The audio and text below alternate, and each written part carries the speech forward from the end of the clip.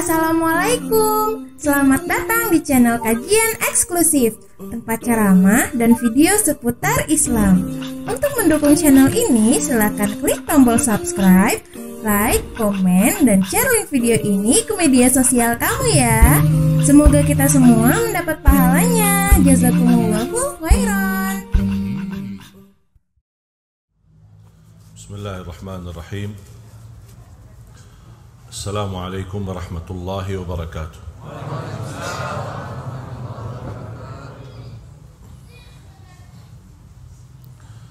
Alhamdulillahi rabbil alamin. Ashhadu an la ilaha illallah wahdahu la sharika lahu waliyyus salihin. Wa ashhadu anna sayyidana wa nabiyyana Muhammadan abduhu wa rasuluhu as-sadiqul amin. Allahumma salli wa sallim wa barik ala sayyidina Muhammad wa ala alihi wa sahbihi wa man tabi'ahum bi ihsanin ila yaumiddin. Subhanaka la ilma lana illa ma 'allamtana innaka antal alimul hakim. Alhamdulillah wa syukrillah.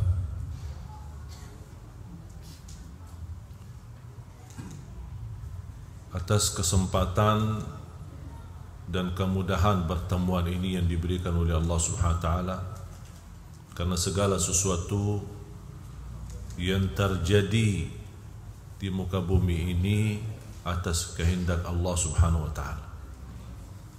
Tidak ada yang terjadi kebetulan. Sebelum Allah menciptakan bumi dan langit 500 tahun sebelumnya sudah tertulis pertemuan ini di Masjid Jami'atuz Zahidin.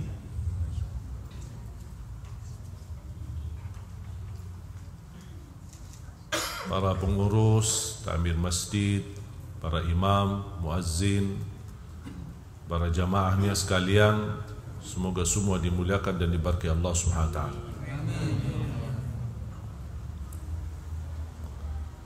Salah satu kenikmatan yang sangat berharga bagi kita semua sebagai umat Islam adalah kita bagian dari umat Nabi Muhammad sallallahu alaihi wasallam. Dan kita semestinya merasakan nikmat itu. Kita terpilih menjadi umat Nabi Muhammad. Nabi Musa saja berkeinginan menjadi umat Nabi Muhammad, karena Nabi Musa bersama umatnya termasuk umat yang cukup banyak dan besar. Dan sebelum bertemu Nabi Muhammad, dia mengira umatnya yang terbesar. Di waktu Isra Mi'raj bertemu dengan Nabi Muhammad sallallahu alaihi wasallam, dan dia bisa mengenal ternyata umatnya Nabi Muhammad jauh lebih besar dan jauh lebih banyak jumlahnya dibanding umat Nabi Musa. Ibarat satu ekor kambing yang putih, polos, ada satu bulunya warna hitam. Kira-kira nampak enggak yang warna hitam? Di dalam bulu yang begitu banyak cuma ada satu warna hitam. Atau sebaliknya, satu ekor kambing hitam, ada satu bulunya yang berwarna putih. Itulah yang kecil itu adalah umat Nabi Musa. Satu ekor kambing itu adalah besarnya umat Nabi Muhammad SAW. Besar bukan sedikit, besarnya luar biasa. Makanya di situ Nabi Musa merasa cemburu dengan jumlah yang begitu banyak. Lebih lagi umat Nabi Muhammad dihadirkan dan didatangkan di akhir zaman, umat yang terakhir. Ada lagi umat lagi, karena Nabi kita Nabi yang akhir. Berarti setelah Nabi kita tidak ada Nabi, dan setelah umat kita tidak ada umat. Habis kita adalah hari kiamat. Tetapi karunia Allah untuk umat Nabi Muhammad yang datang di akhir zaman atau paling belakangan, tetapi mereka terpilih pertama dari seluruh umat yang akan masuk surga. Masya Allah.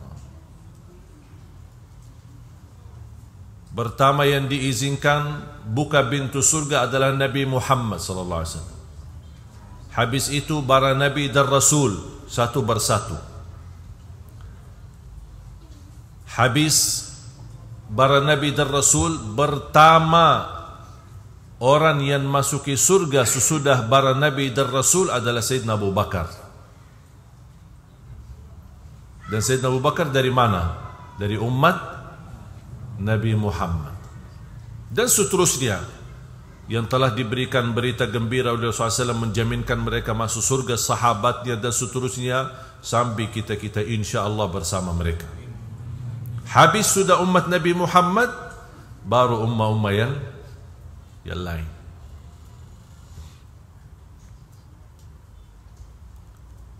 Dan salah satu kelebihan umat Nabi Muhammad SAW, kita akan bersama Rasulullah, karena Rasul sebelum masuk surga menunggu kita. Tak ada umat yang ditunggu oleh nabinya. Kita aja Nabi Muhammad yang menunggu kita. Bagaimana bisa Nabi Muhammad mentandai umatnya di dalam sekian banyak umat-umat yang lain? Coba kalau kita sekarang hitungan manusia katanya 5, 6 atau 7 miliar yang ada di bumi, yang muslim maupun non muslim.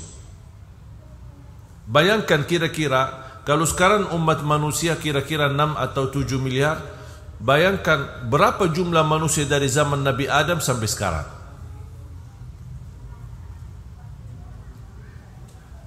Apalagi di masa yang akan datang kita tidak tahu berapa lama lagi.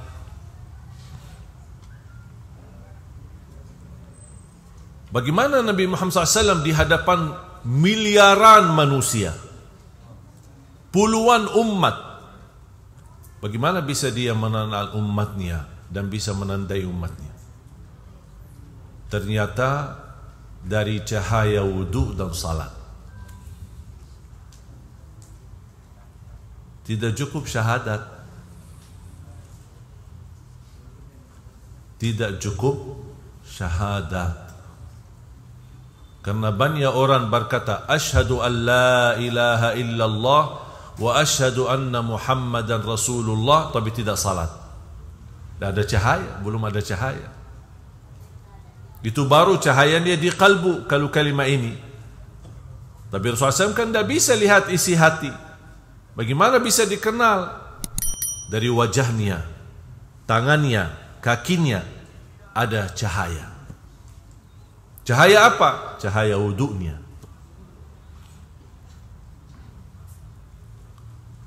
Dan tidak mungkin orang wudu tapi tidak salat. Ada enggak orang wudu tapi tidak salat? Suka jaga wudu tapi tidak pernah salat? Ada enggak? Mungkin ada orang salat tapi tidak wudu. Pernah enggak lihat ada orang salat tapi tidak wudu?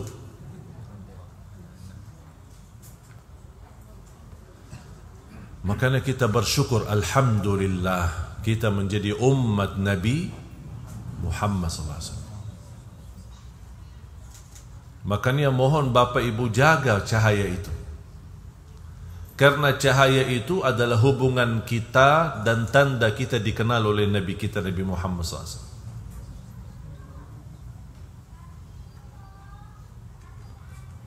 Nabi Muhammad SAW menunggu kita di hadapan pintu. Buat apa Nabi Muhammad menunggu? Pertama, Nabi Muhammad ingin memimpin kita masuk bersama-sama di surga. Yang kedua, Nabi Muhammad SAW ingin membagikan minum air Al-Kautsar. Inna a'tainakal kautsar.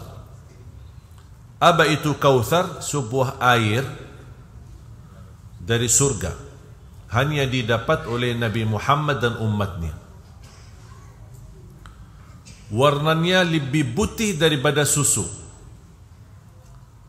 manisnya lebih manis daripada madu. Tapi air, bukan susu, bukan jus, air. Tapi subhanallah, keajaiban, tidak bisa dibayangkan. Air kok warna putih, kok manisnya lebih daripada madu, tidak bisa dibayangkan. Yang kita tahu, air itu ada rasa enggak? Tidak ada rasa, kosong. Tapi nanti bersama SAW beda. Bukan hanya rasa dan warna, tapi memiliki khasiat yang tidak dimiliki oleh air lain. Apa itu? Siapa saja yang sekali minum dari tangan Nabi Muhammad sallallahu alaihi wasallam nanti di hadapan surga, tidak akan butuh air lagi dan tidak akan haus lagi selama-lamanya. Subhanallah. Kita berapa kali haus? Minum air, haus lagi, minum air, haus lagi. Hari ini minum aqua, besok minum apa lagi, semua sama, haus lagi. Biar beli air yang mahal, haus lagi. Makanya jamaah sekalian, saya mohon tolong jaga cahaya itu. Jangan sampai kita memadamkan cahaya itu sendiri.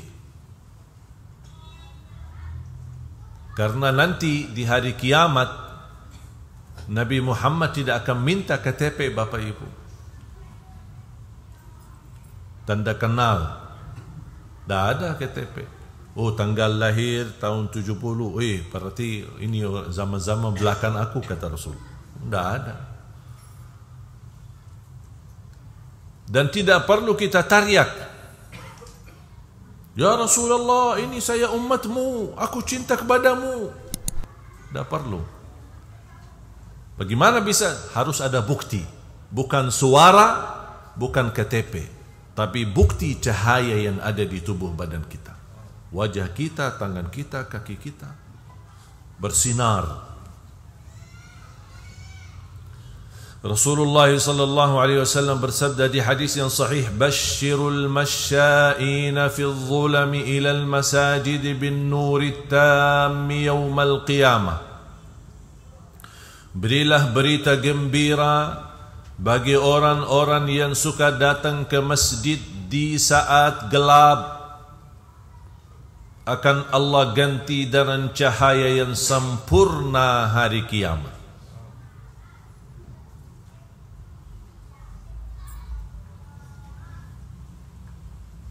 Berarti kita jaga salat, apalagi datang ke masjid di saat gelap, ada balasannya. Selain pahala 10 kali lipat, selain kita mendapatkan salat berjamaah lebih besar 27 kali lipat dibanding salat sendiri, selain kita setiap langkah, satu langkah satu darajat, satu langkah satu kebaikan, satu langkah menghapuskan dosa, dan langkah-langkah itu pulang pergi.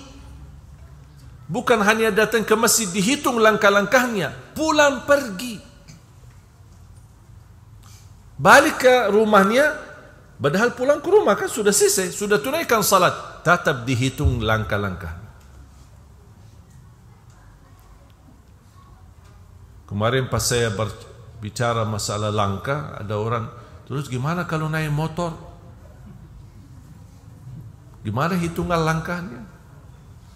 Saya bilang, kalau soal hitungannya jangan khawatir, Allah tidak akan salah hitung.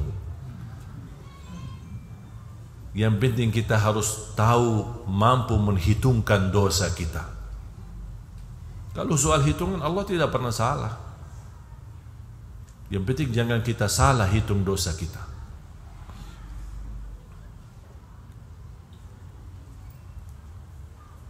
Jamaah sekalian dimuliakan Allah Subhanahu wa taala. Selain itu semua dapat bonus cahaya. cahaya yang sempurna di hari kiamat. Ke masjid di salat subuh gelap enggak? Gelap. Tapi mau datang. Salat isya gelap enggak? Gelap. Tapi mau ke masjid. Makanya perjuangan ini, apalagi salat subuhnya, perjuangan ini Allah hargai. Biasanya manusia suka ada rasa tidak nyaman. Mungkin tidak semua sama, mungkin ada yang takut, tapi saya kalau kita bicara umum tidak nyaman jalan di waktu gelap. Apalagi orang kampung bisa lewat sawahnya atau lewat kebunnya, tidak ada jalan terang, tidak ada lampu, tidak ada listrik, tidak ada ini, merasa tidak nyaman. Tapi tetap mereka melangkah ke masjid.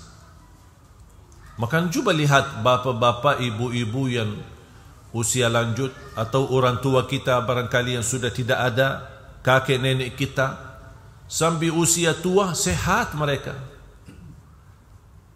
Karena mereka tidak pernah tinggalkan salat dan tidak pernah tinggalkan ngaji bersama-sama. Kita biasa yasinan malam Jumat, mereka setiap malam yasinan. Bahkan sebelum maghrib mereka makan, habis maghrib sudah tidak boleh ada aktivitas selain ngaji. Duduk di musalla sambil menunggu isya, betul kan? Itu yang terjadi masa dulu. Kita sama juga, sibuk habis maghrib nonton sinetron, sama-sama sibuk. Makanya kita terbeban banyak persoalan, banyak masalah. Mereka hidupnya pas-pasan, orang dahulu kita hidupnya pas-pasan, tapi tidak pernah pusing, tidak pernah stres. Mungkin bahasa galau aja baru-baru muncul.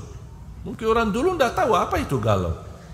Dia fikir berbagai macam makanan. Sekarang coba, siapa yang tidak galau? Allah yang bikin galau? Tidak, kita yang bikin galau sendiri.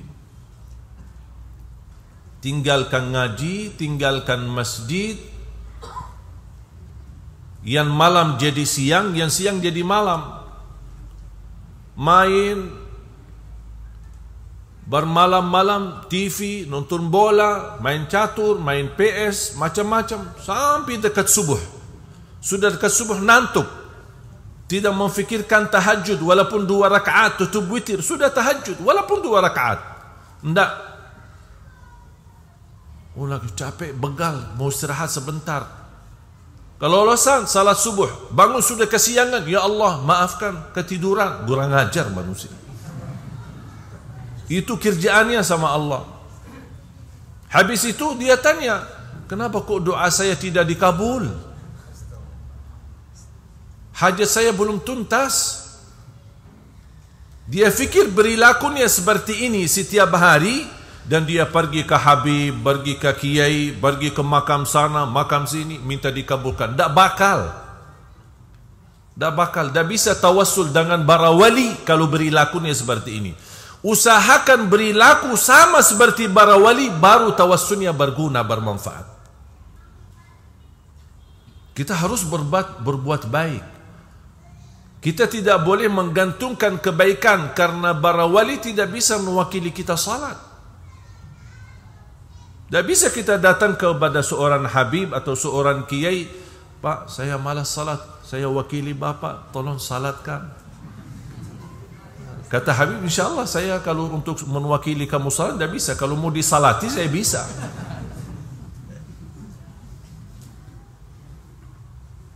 Berarti ada amalan yang tidak bisa diwakili orang lain. Kita harus kerjakan.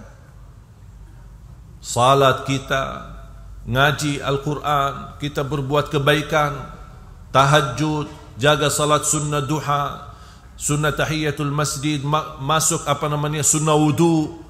Apapun kebaikan yang kita bisa lakukan, jangan kita tinggalkan.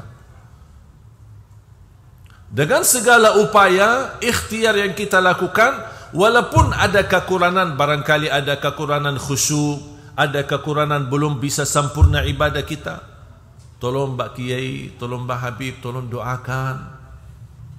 Itu namanya ikhtiar. Ada usaha. Habis kita usaha, baru kita boleh. Tak apa-apa kita minta tolong orang salih mendoakan. Ulama kita yang kita pandangi mereka sebagai orang salih, minta doanya. Rasulullah SAW menwasiatkan sahabat, kalau kalian bertemu dengan Uwais Al-Qarani, minta doanya. Mana yang lebih mulia? Sayyidina Abu Bakar, Sayyidina Umar atau Uwais Al-Qarani? Ya jauh lebih besar kemuliaan Sayyidina Abu Bakar, Sayyidina Umar. Mereka cukup mendapatkan kemuliaan mendampingi Rasul. Itu sudah cukup. Bersama Rasul, membela Rasul, berjuangan sama Rasul, makanya dimakamkan bersama Rasul di samping Rasul SAW. Tapi coba bayangkan, Rasulullah SAW menyuruh mereka, carilah Uwais. Kalau kalian ketemu, minta doanya. Berarti boleh minta doa orang salih. Walaupun kita merasa berbuat kebaikan, menjaga salat, menjaga, tidak apa-apa. Orang salih minta doa sama orang salih.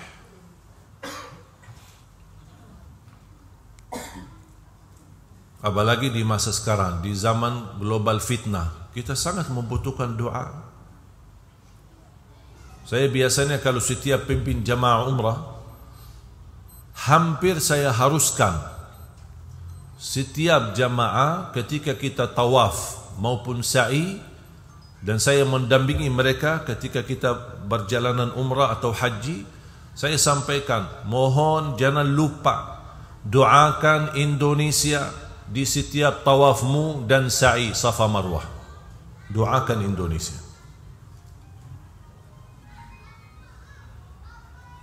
Minimal khususkan 1 kali tawaf, 1 kali sa'i Safa Marwah, 1 kali aja, 1 kali tawaf atau sa'i kita khususkan untuk negeri kita Indonesia.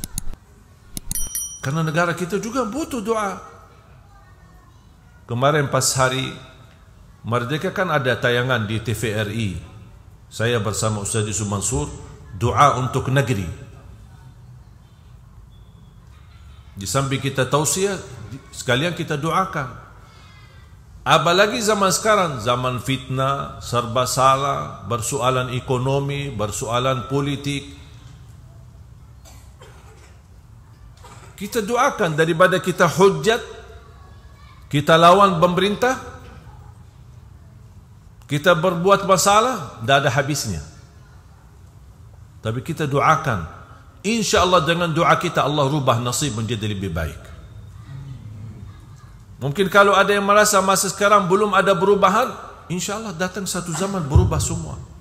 Tak mungkin semua kegelapan itu selama-lamanya. Sepanjang kegelapan itu pasti ada satu saat terbitnya matahari.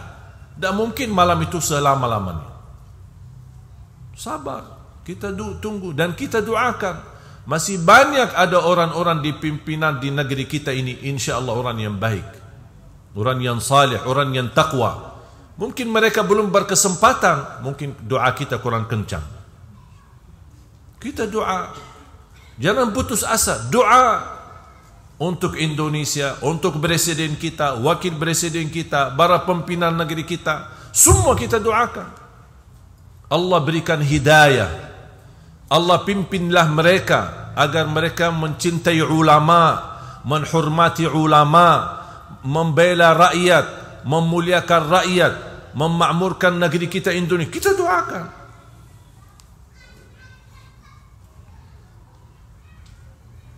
Menjadi ikhtiar. Karena kemarin salah satu usaha dan ikhtiar kita, masing-masing sudah memilih. Betul?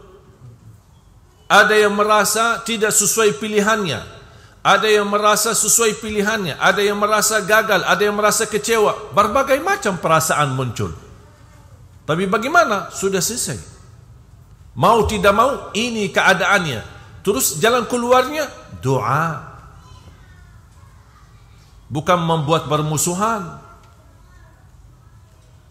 saling menjatuhkan, saling menhujat, terus sampai kapan?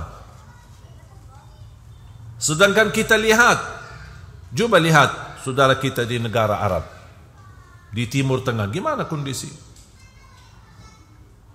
Suriah habis, Libya habis, Yaman habis, Sudan, Irak, yang dikenal negara yang berminyak, yang terkaya, mata uangnya lebih mahal, sekarang tidak ada nilainya. Bahkan kalau ada orang bawa mata uang Irak, dinar, namanya dinar Irak, tidak terima, takut. Semua berubah. Tapi sayang sekali dan kasihan, keadaan mereka berubah tapi menjadi lebih buruk. Yang kita harap keburukan yang ada berubah menjadi lebih baik, bukan lebih buruk. Betul? Makanya di samping ikhtiar kita, selain doa, alhamdulillah kita membangun program mencetak 1 juta penghafal Al-Quran. Dan alhamdulillah program ini jalan. Dan alhamdulillah didukung oleh banyak para pejabat kita, para pimpinan negeri kita, banyak yang alhamdulillah mendukung, para kiai, para habaib, sangat membantu program ini. Dan insyaAllah termasuk membangun 100 markas untuk binaan 1 juta penghafal Al-Quran. Di antaranya insyaAllah di Tanah Riau ini. Dan selalu saya berdoa, ya Allah aku mohon jangan cabut nyawa saya sampai terwujud 1 juta penghafal Al-Quran untuk Indonesia. Orang berkata Makkah dan Madinah pusatnya kedatangan Islam. Saya jawab, Indonesia pusatnya kebangkitan Islam untuk dunia.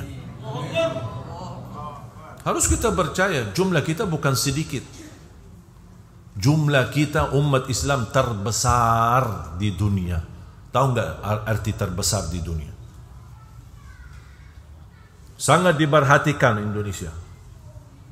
Makanya banyak musuh-musuh kita dalam negeri maupun di luar negeri berkeinginan menjatuhkan Indonesia. Bahkan kalau bisa dijatuhkan kata umat terbesar Islam di Indonesia. Mereka ingin menghabiskan kata itu. Karena membuat mereka takut. Walaupun sayang sekali umat terbanyak begitu dan terbesar, tapi belum bersatu. Jangankan rakyat, mohon maaf, ulamanya aja belum bersatu. Gimana rakyat?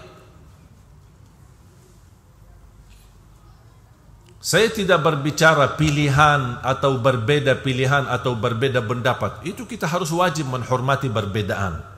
Tapi yang saya fikirkan bermusuhannya sampai kapan? Saya punya pendapat A, Bapak Ibu punya pendapat B. Harus kita saling menghormati. Karena pandangan saya melihat A lebih baik, pandangan Bapak Ibu melihat B lebih baik, kenapa kita ribut? Kenapa saya maksa Bapak Ibu harus tunduk kepada pilihan saya? Harus Bapak Ibu tunduk kepada apa yang saya melihat. Karena juga Bapak Ibu berhak melihat, berhak mempandangi, punya pandangan. Makanya kita harus belajar menghormati perbedaan. Yang terjadi di Indonesia bukan soal perbedaan, tapi soal permusuhan. Itu yang saya khawatirkan. Karena mengakibatkan mungkin kita bisa selamat, tapi yang menjadi korban nanti anak-anak kita. Dan kalau kita lihat, dan silahkan Bapak Ibu buka di Syekh Google. Kenalkan Syekh Google? Lihat berita-berita di negeri Arab. Kok bisa terjadi seperti ini? Ada orang berkata karena sunnah sama Syiah. Ada orang berkata gara-gara Yahudi sama ini. Ada orang tidak ada semua, tidak ada. Satu alasan yang membuat kacau balau di Indonesia, di negeri Arab sana, di Timur Tengah, adalah kepentingan politik. Kira-kira mau nggak negeri kita gara-gara kepentingan politik dijadikan negeri kita yang kacau balau, hancur, perang saudara lagi, sama-sama muslim, Allahu Akbar tapi membunuh sesama, sama-sama takbir tapi saling membunuh. Na'udzubillahi min dzalik. Mudah-mudahan negeri kita diselamatkan oleh Allah Subhanahu wa taala. Makanya solusinya kita harus memfikirkan membangun. Kalau kita tidak mampu merubah keadaan sekarang, kita harus mampu membangun. Bagaimana membangun? Kembali umat ini kepada Al-Quran.